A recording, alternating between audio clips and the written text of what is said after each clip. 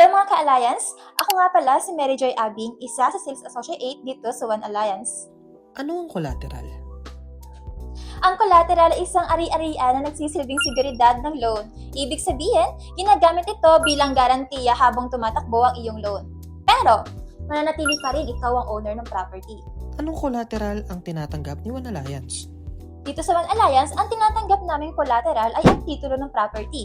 Kaya kung ikaw ay may property, pwede mo itong gamitin upang makakuha ka ng additional capital para sa negosyo mo.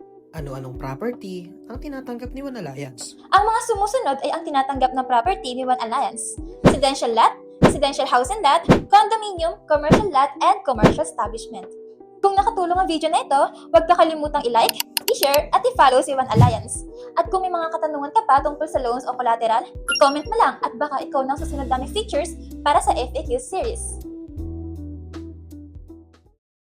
Ginagamit ito bilang garantiya habang hinihintay ang loan. Ay, umaandar! Habang umaandar! Pilit, di arian na